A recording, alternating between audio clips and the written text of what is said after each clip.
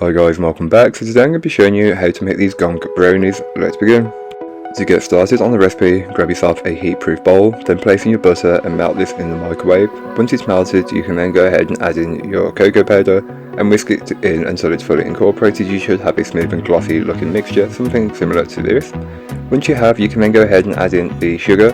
This will add a more granulated texture, purely due to the nature of the sugar, but you'll notice the mixture has become less smooth and glossy and more rough and a little bit matte, but this is completely normal. Then add in your eggs and vanilla extract and just whisk until it's fully incorporated.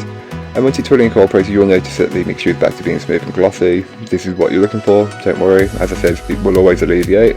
Once that's been fully incorporated, you can then add in your flour and your chocolate chips, then fold these in by hand, as I find this gives you the best result, but feel free to use a mixer if you'll use them on the whole time. You're looking to have no trace of a single ingredient, and once you've got that, you can then transfer that into a 9x9 inch square baking pan which has been lined with some parchment paper. You'll want to try your best to get this as level as possible, so just spread and level it out as best as you can to achieve the best consistency later on.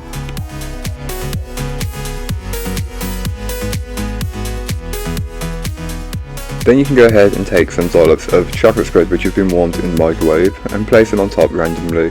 I went with 9 as that's what I found right, but feel free to do more or less. Then just take a butter knife and swirl it all around, and once you're happy you can then go ahead and place into your preheated oven and bake off. Once baked and fresh from the oven, you'll want to place on top the gonks. I got these from Aldi, but feel free to use whatever chocolate you'd like. I just place these on top and literally let them, I press them down a little bit, but I let them melt on top. Then chill in the fridge. Feel free to add some chocolate chips as an additional extra, but you don't have to do this. Then chill and then place them to the fridge and leave overnight. Once they've been there overnight, they'll be much denser and fudgier and easier to cut up. Then you can go ahead and cut them up into as many or as few pieces as you would like. As you can tell, I cut this gonk in half. Sorry about that. But yeah, you can cut them, I cut mine into 8 portions, but feel free to cut them into more or less. The choice is really up to you.